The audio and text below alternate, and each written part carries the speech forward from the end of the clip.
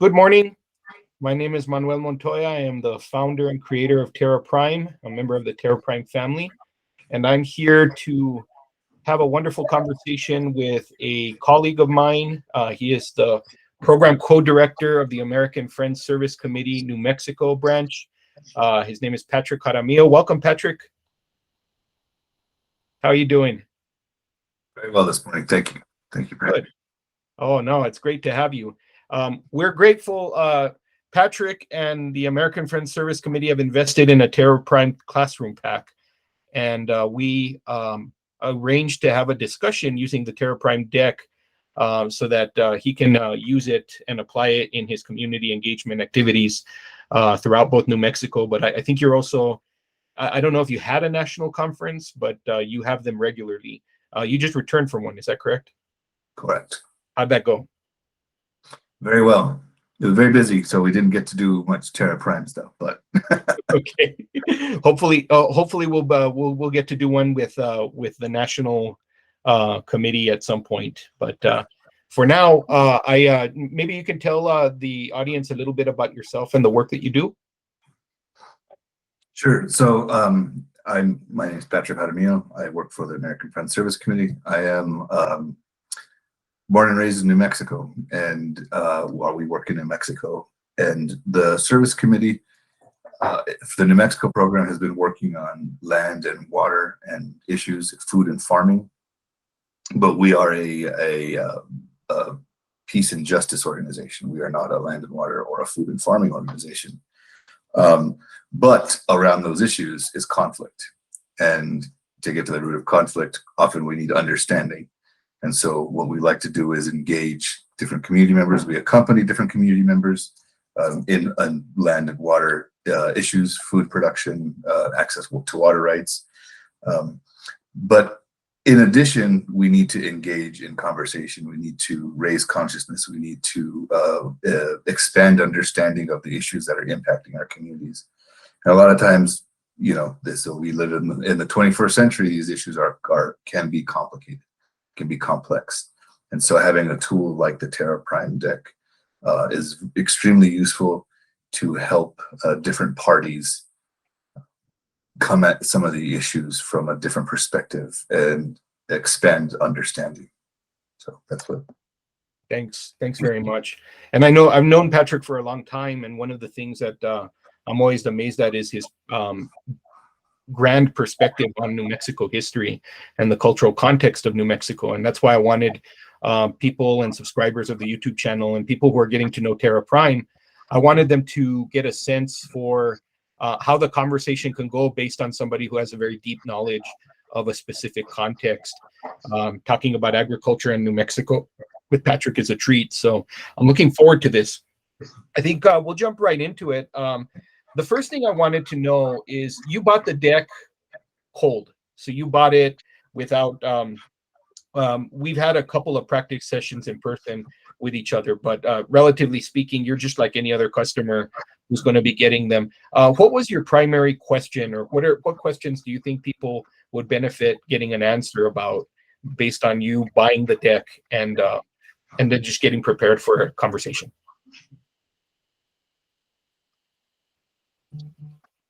I think the biggest question is not when to deploy, how to set up a session. As it is a new tool, you know, with any new tool, it's like, okay, when do you start using this? And when you start, are you using it right?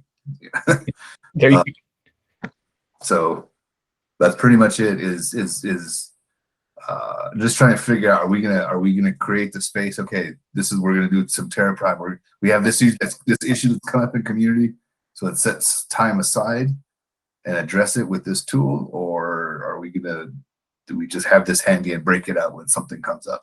Just kind of figuring out how to use it, the best way, and maybe not even the best way, because I know there's multiple ways to use tools. So awesome. Yeah. Great. That's something that I think a lot of people have on their minds. So I'm glad that we're having this. This is more like an informational session for those people that are going to get using the deck. There's a bunch of ways that you can do it. In fact, I was just on the line with a colleague in Minnesota who is using this to have a discussion with a consultancy on end of life issues with a hospital. And the hospital wanted to break the conventions of how they're thinking about how they serve people and families who are suffering through or working through an end of life condition, and the hospital is involved.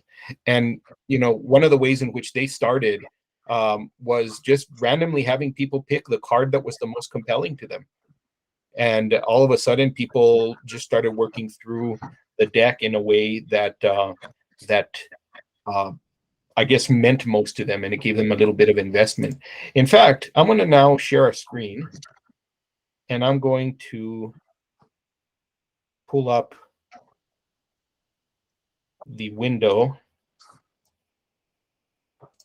Give me 1 second here. Okay. So I'm now sharing my screen. Can you see the Terra Prime deck? You can? I can't, yeah. Okay, great. So for everybody, just to get started again, the Terra Prime deck is a 28 card deck. It is developed by myself and a team that we're calling the Terra Prime team. These are groups of designers and thinkers and just conversationalists who got together to develop this. And the way it works is quite simple. Every single deck has an image on the front, and the image has a prompt or a theme that helps you think through a big picture or complex issue. And then the back has text that allows you to then go deeper with the card as you see fit.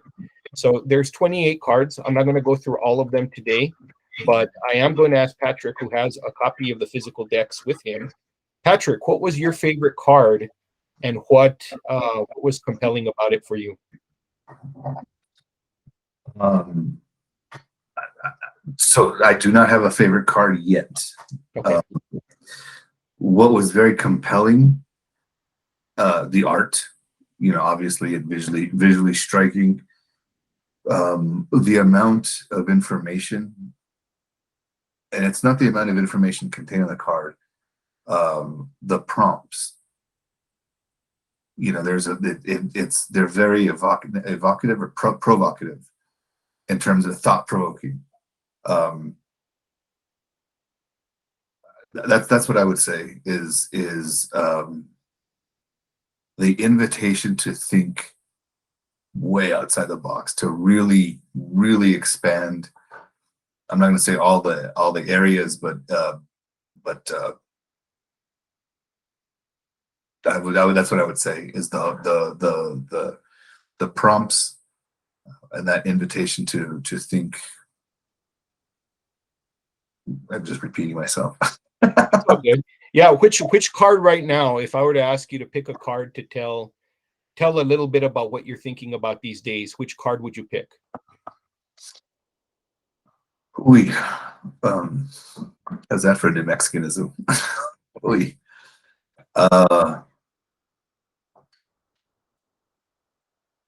You know, I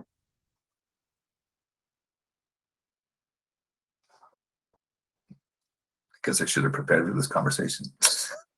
I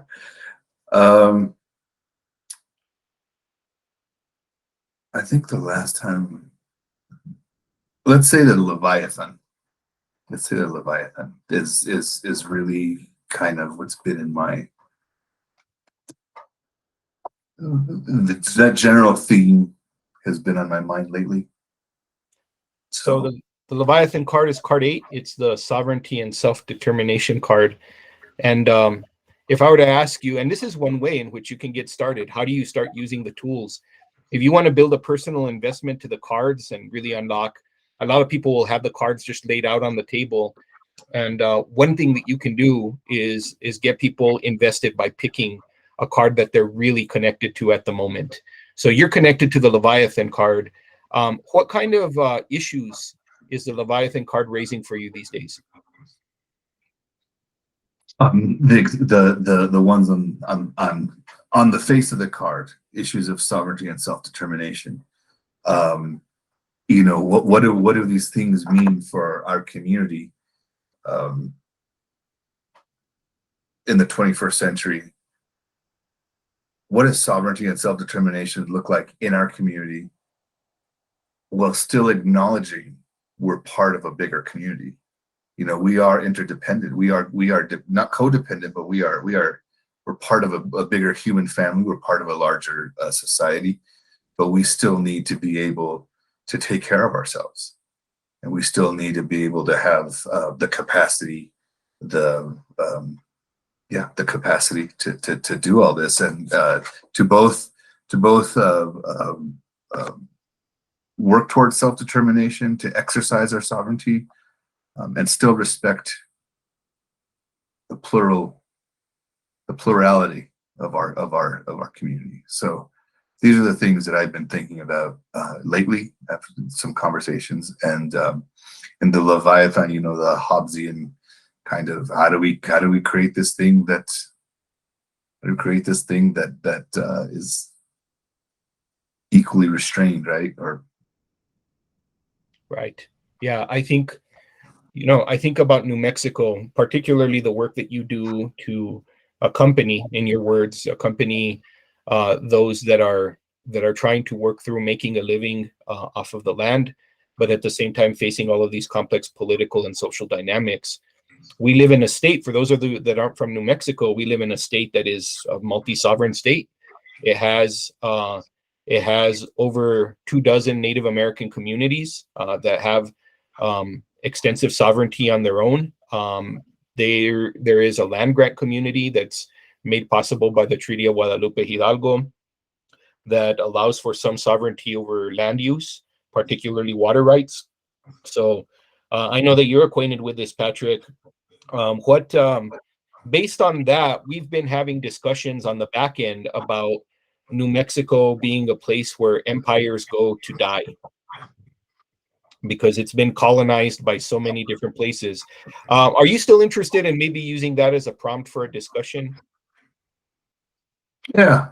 Yep. Because we can go any other way. If the Leviathan's taking you some other question, we can go there. And I think that's really kind of the joy of using the deck is, I think with students or with community members or whoever, you can let the conversation go where it needs to, and it's guided by the cards. So we can go with that question. New Mexico being a multi-sovereign state, is that how is it a place where empires go to die? Or do you have a question that's coming up in your head that that you think would be better served to have a discussion right now? Well, once that topic gets raised, let's dig into that. Unless you can think of something, I don't know. My fear is always just being such a New Mexican kid, is that as I make everything about New Mexico. For anybody else, but the thing is, that's the interesting thing about the experience here is it is incredibly unique and it's very contextualized. But these are universal things, man. You know, we're talking about humanity and power and all that. So I'm good with that.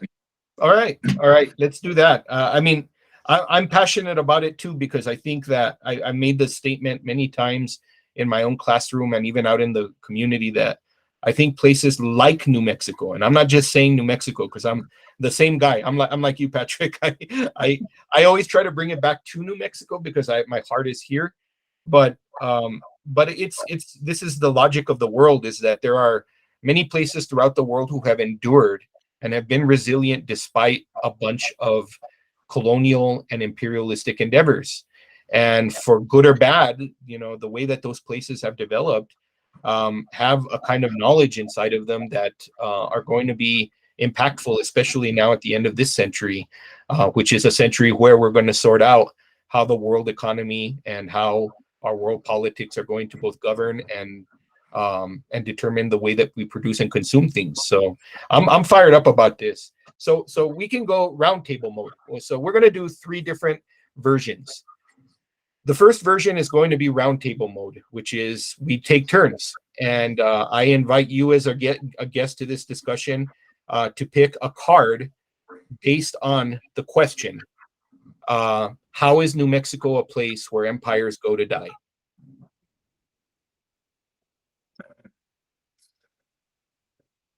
So I pick now. Yeah, it's up to you. You pick whatever card, and then based on the card, we'll have the discussion. It's your turn. All right. Right off the bat, let's go with number 2, the value-based economic, the moral philosopher. Mm-hmm. The card.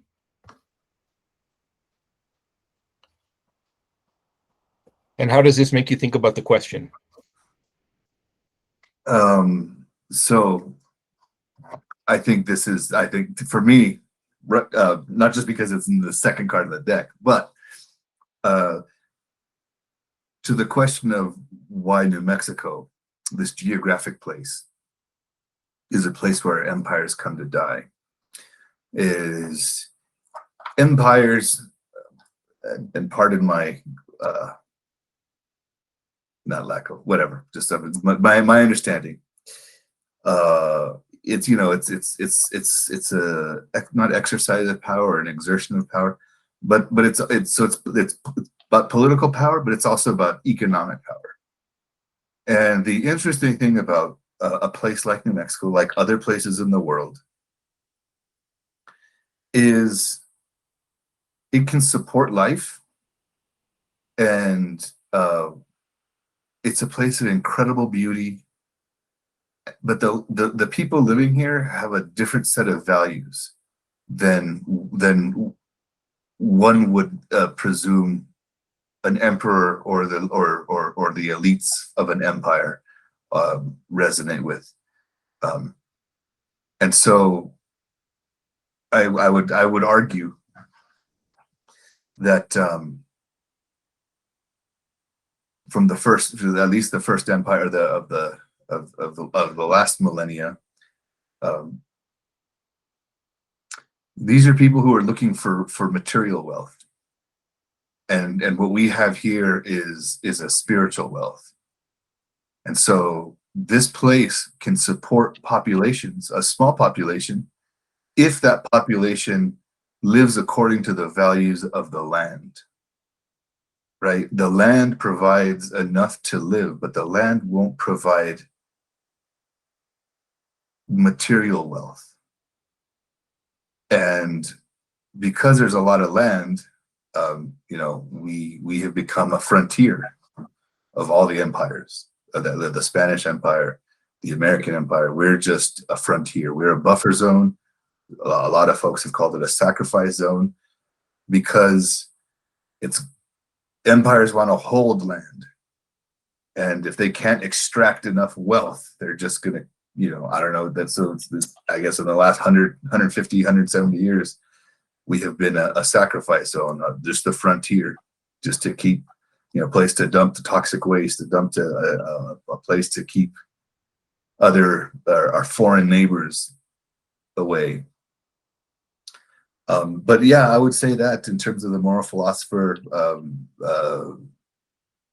there's different values at play here, and the things that Nuevo Mexicanos or land-based people of New Mexico. I can't speak for indigenous populations. I'm not indigenous, but as a Nuevo Mexicano, our values are different. I'll stop. That was a long answer, I think. No. And that's exactly what this is intended to do. It's intended to unlock somebody's relationship to the depth of all of these concepts. And I'm glad you brought this one up. There's an exercise at the very bottom of this card where you ask, where are values coming from? Is it cultural? Is it coming from social relationships, from the marketplace, from the government, or from home? And New Mexico is one of those places which has a very complex mix of all of these different value systems, not the least of which is because it becomes the site for a lot of government interest, particularly during the development of the atomic bomb and the Manhattan Project. So I know that you live in Española, which is in proximity to Los Alamos National Laboratories. So in a sense, this is one of these very, very powerful mixes, and not everybody holds the same value toward how society and land should be used for communities in the same way in this very complex place. And I think that's one of the legacies of colonialism and imperialism. So I'm glad that you brought this up. I probably am going to follow that with the pirate and the squid. A lot of ways I wanted to go with this, but I am going to go with card 24. And I know it sounds weird to talk about ocean politics and values when talking about New Mexico because we're a desert. But one of the reasons I like this card is because it asks a question that I think relates to a place that has been colonized. And one of the questions in the pirate and the squid, the card is about pirates. They're fascinating because they don't live by everyday rules. We romanticize these outlaws because in some way we escape the everyday rules through them. And squids are giant creatures. They're the royalty of the ocean. They're creatures that remind us that the ocean is the most common part of the world and that human power is very small compared to the ever-changing power of the ocean. Because the surface of the ocean is ever-changing, it's impossible for humans to build a quote-unquote state on it. And the thing that I actually think about New Mexico and why empires die here is because the desert acts a lot like an ocean, particularly when it is being used or it tries to get captured or contained for specific land use purposes. The Manhattan Project's a great example of that, but it's not the only way in which New Mexico has and other places that have been colonized have land use issues. But I think it actually is it has the same logic as an ocean in the sense that here land can't be owned by any one person without it becoming extremely complicated because of what the desert represents. So I even have this here. How do desert islands or isolated geographies, including ships and vessels, change the power dynamics that human beings are used to? And I think that New Mexico is like that desert island. It is one of those places where basically all around it, there's power and there's property and lots of other things that make the United States a very, very powerful economy. But at the same time, it disrupts that because it's weird, man. It's a weird, isolated geography. And I think it's very difficult to have talk about rights in a place where the land is a desert. And so I like this whole logic of thinking about places like this because New Mexico, I mean, back home, one of the things that is very clear is that most of the economy that operates in northern New Mexico is informal. Barter systems and all sorts of other types of informal activity that isn't represented in the primary economy, or what we call the primary economy. So I do think in a way, kind of northern New Mexicans kind of have a pirate logic inside of them. And New Mexico operates a lot like a place that doesn't have quote unquote firm ground in the way that other places do. I really like that. And that analogy, even like you say, it seems on the surface, it seems like they wouldn't have much in common, but that exact thing about the shifting surface of the sea and shifting sands of the desert. You know, we're not like Saharan desert, and you know, Chihuahuan desert is a little bit different, but they're still it's hard to hold. And that's the thing. When we talk about values, is there is one way of looking at property and ownership as like control and holding, versus another way of existing in this world is, you know, we don't control, we are part of, and so we need to live with. The other thing is the outlaws. That I mean, one of the most famous outlaws in U.S. history is a New Mexican-born, Billy the Kid. Right.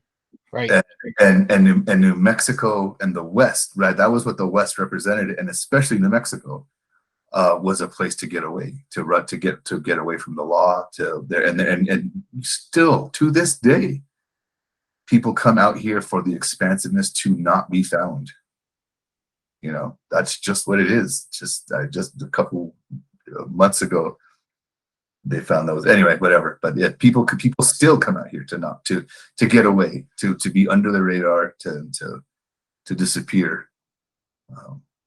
Which is why I think a lot of people get really upset with us when they meet New Mexicans. Like, well, where are you from? What's your real? Where are your dad? Where are you from? Hey, why all the questions? We're just trying to know who you are, dude. What are you doing in our community? You why do you not want to share your name or whatever? Right, exactly. Yeah, I think that's fantastic. Yeah.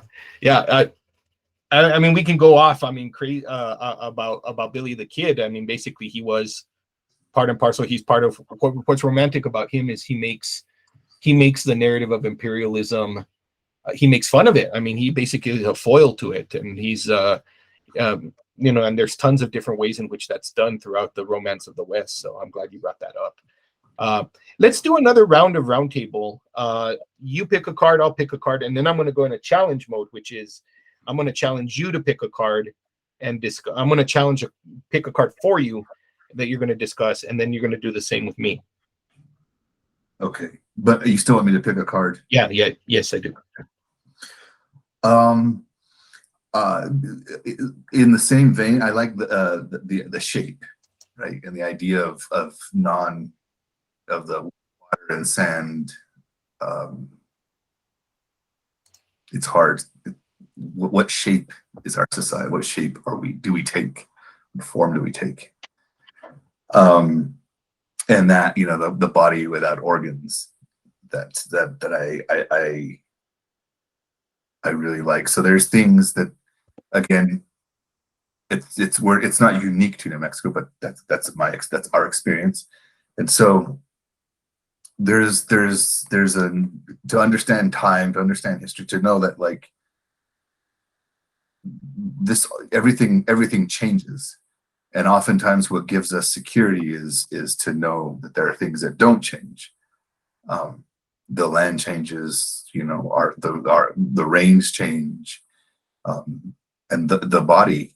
And so what is this body without, from a spiritual perspective, we talk about the body. There's a divine body, there's the body, you can talk about the humanity or a population as a body, the electorate, just our society in general, the community. And so what is this body? How do we, talking about sovereignty and self-determination, to dispel that myth of the rugged individual, right? We need community. And so what does this body, how does it look like in changing landscape, changing desert, changing even demographics, right? Like that's the story of any one place, but especially a place, arid places is a story of migrating and people and movement. And so what does this body mean? And it's hard to, when you pin down to something that evades or easy definition, well, that's hard for power. It's hard for everybody, but it's hard for power. Yeah, I like that a lot. I mean, it is hard for power. I chose the Humpty Dumpty image because it is related to kings, right? All the king's horses and all the king's men couldn't put Humpty Dumpty together again because the king's horses and the king's men don't know what it is. They just see the image of what it is. And New Mexico has been that way for quite a while. I mean, it's a square state, which by definition, it shows that it was arbitrarily mapped out. It wasn't really necessarily aware of or was concerned with the way that human beings had occupied the land. And so, I mean, the Navajo Nation was basically bisected when the territories of Arizona and New Mexico were formed. And you see, it effectively has the qualities of a body without organs, because people who are seeing it from the outside can't see it as anything but a shape. I mean, the analogy for me has always been, and not to romanticize this group of people, because that's not what I'm trying to do, but the analogy is Mexican drug cartels, right? We kind of have this romantic idea of what it is, what they are, what their politics are, what motivates people to create an entire economy off of a drug trade. But at the same time, we don't really know how it's organized, what it makes it what it is, nor in that same context do we know what New Mexico really is in that sense. Unless you've lived here for a very, very long time, it's a body without organs. And I think that places that see value, because you can see value in New Mexico for its open spaces for a bunch of different reasons, but for whatever reason that it was seen as an imperialistic aim, it was always something that vexed people. And my wife just came, she's currently right now in the Republic of Georgia, which is very much like New Mexico, because I mean, the Persian Empire, the Prussians, the Russians, the Soviets, Turks, you name it, have tried to occupy Georgia. And they have successfully in different turns. But you know what? It really hasn't changed the way it is. If you look at the buildings and the food, I've been seeing a bunch of pictures from her trip, and it makes me think about a place like New Mexico, because in a lot of ways, it's not prettied up. It's not made pretty because its shape has somehow in a weird way insulated itself from being exploited or turned into a generic place, just like other places. And I'm not talking smack about other places, because everything has its own distinctiveness and whatnot. But if you've ever been to a colonized space that hasn't been colonized fully because of the ever-changing way in which it's had to adapt to different forms of power, there's something a little bit different there, and it's really, really powerful when you see it. I'm gonna go to, it's easy to go to rural cosmopolitanism, but I'm not gonna go there. It's the card that I kind of go to when I think about New Mexico, because it's a rural place that is cosmopolitan, but I'm gonna go to the multiverse card. And I like the multiverse card because this card is about coexisting realities and the use of magic. And if you're a power, like an empire, like the Spanish Empire took crazy notes. That's the thing that the Spanish Empire was known for, is that they were very, very diligent about their system of accounting. They accounted for their assets, their resources, who they conquered, how many people. They did all sorts of different systems of account. And especially in their navigation and their ships, there's tons of records that the Spanish Empire used to hold. But the thing that really gets me, and it actually comes from a couple of people.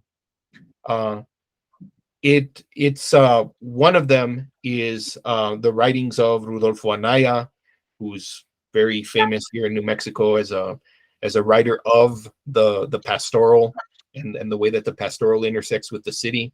But I think in his book Alburquerque, he mentions something about the Spanish Empire that I had always stuck with me, and that is the Spaniards cannot account for the magic of those they left behind. And what he's referring to is the Pueblo Revolt, is people who had left.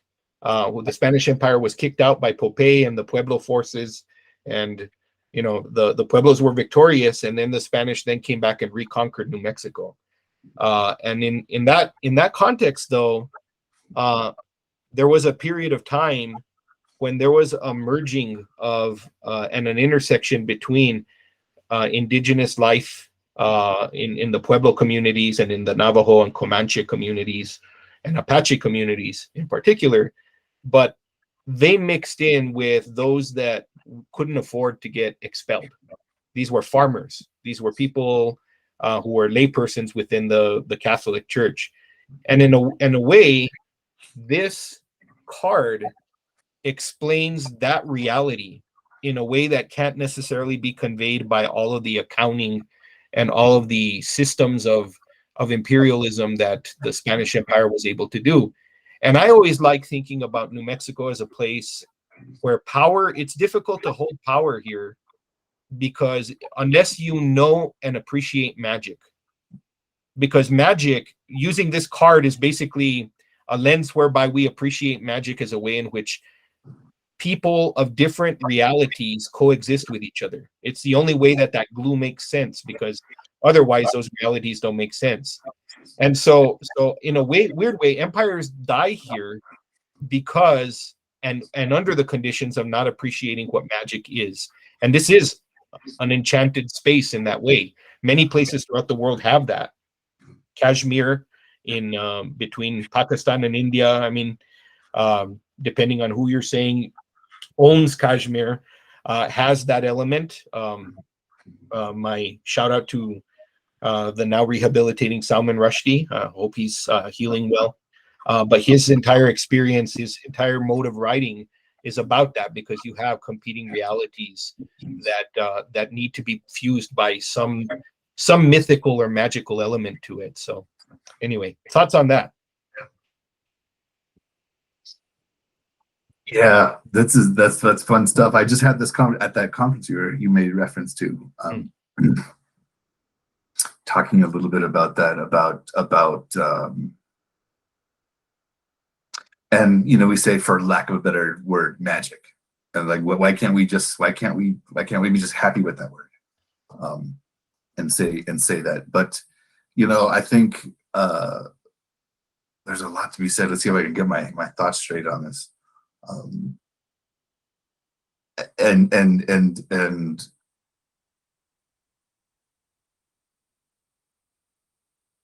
there is so much about our existence that we spend our lives trying to understand, and we put a lot of effort into putting words into, because that's how we understand, right? So then we try to communicate, and we struggle with our own understanding. So then we struggle a little bit more with communicating that understanding with other people. And when you're communicating, trying to communicate with someone of a different cultural background, a different understanding of how the world works, it's not to say that we can't come to agreement, but we need, for lack of a better term, shortcuts to our understanding, rather than like break down and get into theory and getting, well, that's this discipline's way of looking at this. That's this. No, we got other things to do. Let's just boil it down, make it a quick little nugget. That's why dichos, the dichos are so popular here. Look, here's some wisdom. Go about your day. Don't sit here all day thinking about it. Like, go figure it out while you're working. My dad, work and talk. My dad, work and talk.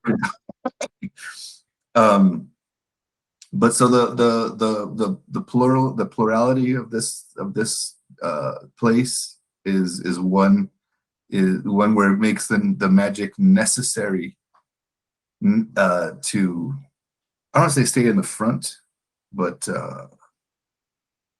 necessary to understand the complexity of all our worldviews. And there's something, I was thinking about it in the last card that you were talking about, but even it stayed with this conversation in terms of the accounting and the note taking.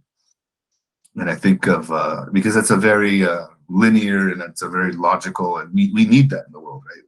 But it's not everything, and there are limits to that. And specifically thinking about New Mexico and thinking about it, America, like an imperial force or an imperial representative. I think of Lew Wallace. I've been thinking about this a lot because of things. And it's his famous quote. He wrote Ben-Hur while he was. This is the other thing. So like the first 4 or 5 governors of New Mexico were commissioned officers of the United States Army. Right. How does where else do we see that in history?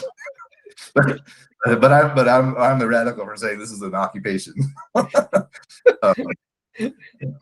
But anyway, Lew Wallace, he said very bitterly and upset because he hated his time here in New Mexico. He spent all his time writing the book, writing Ben-Hur, and his comment, his little quip was, every calculation based in experience elsewhere fails in New Mexico, right? Like, you need to understand this place.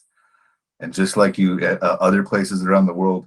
And the other thing about that, the enchantment, that idea, it makes a pretty slogan for the tourist department, and it's just, but what does it really mean for like beyond a slogan? When we talk about the values, and I talked about a spiritual value, the spiritual connection to understand the people of this land owe their existence basically to the grace of God.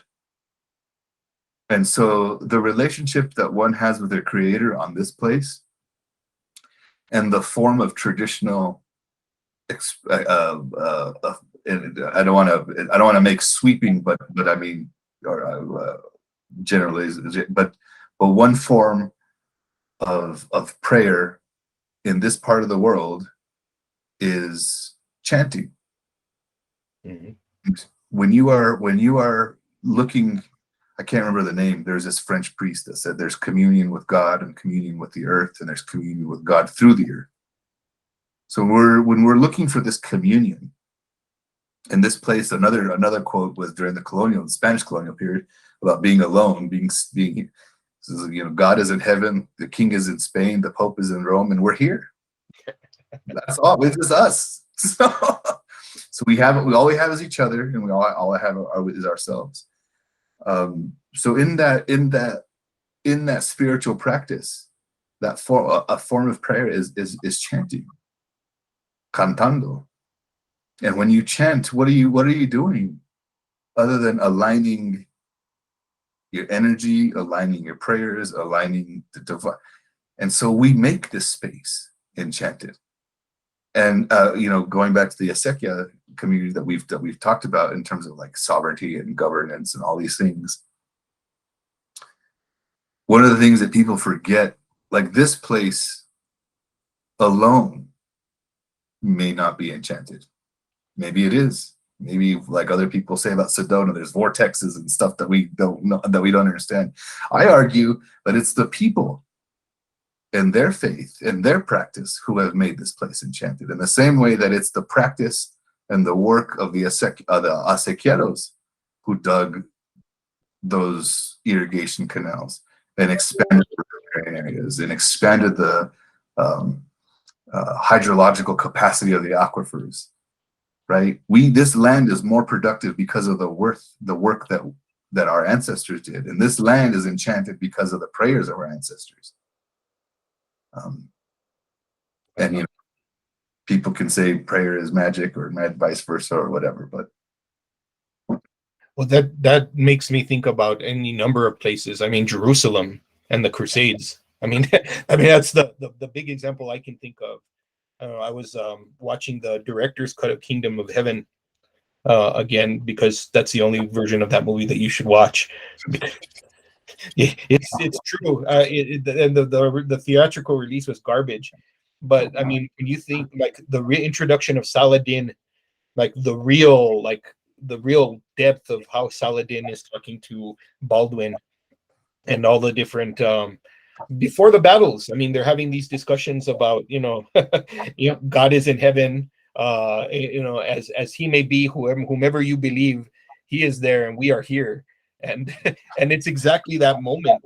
And you see the chanting in the background. I mean, that's the thing that makes the movie really powerful, is the way that the alabados, the what we would call alabados, but the chanting itself is the morning prayers you would hear in an Islamic practicing community.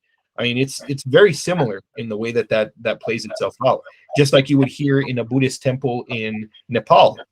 And again, Nepal becomes a place that China just can't get itself around, right? It can't win. Something happens, like Jerusalem. And I think that New Mexico is a lot like that. I think that's you hit the nail on the head with that.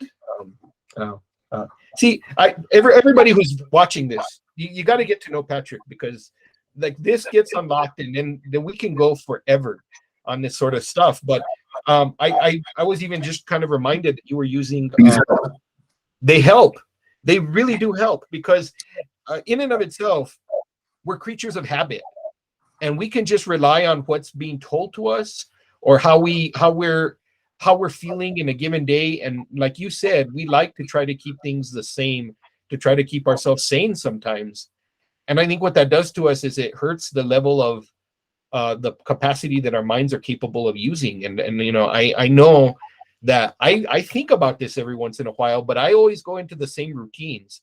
And having a conversation with Patrick is one of the things I actually see as a treat. Almost every time I get to have a conversation with him, it's a treat, because because we unlock a lot of different things, and this does help.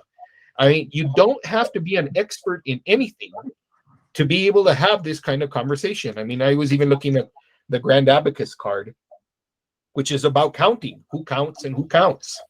And it's exactly that moment. I mean, it's like empires need their power. They need to be able to account for things in the world out there. But again, if you're going to resist being counted in that way, you either don't count, or in the way that it matters, you do. And then because you do, and you're in kind of an alternate reality because you're a body without organs, the empire can't do anything with you. It needs to account for you in order for it to have full control over you. And basically places like these say, you have no power over me. And I really find that a really interesting proposition in the world we live in.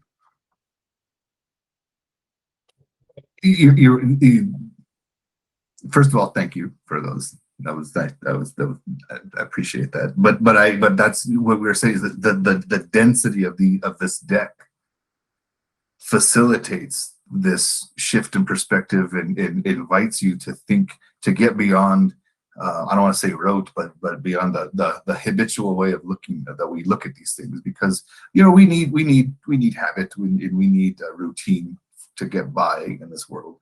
But when our thinking and our understanding becomes routine, that doesn't serve folks like us who are looking to make some changes, and really it's about raising consciousness.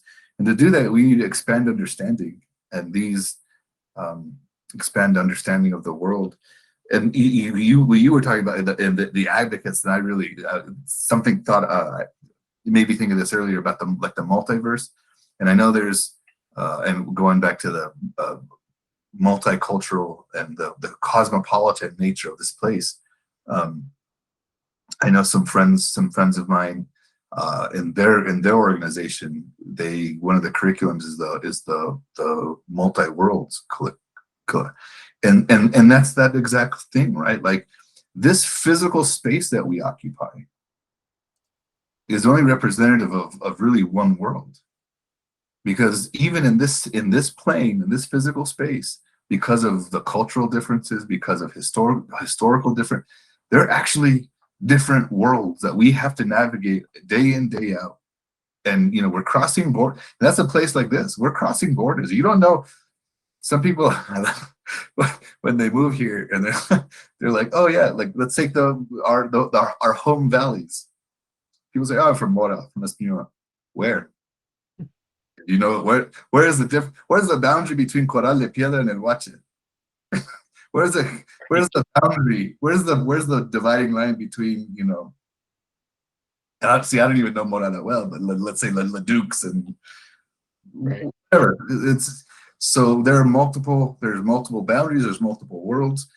And even one of the things I love, let's say, like, I was talking about this the other day about, like, Malcolm X, and the idea that, like, when we age, as we grow, our names change, right? But we have different names according to what space we're in.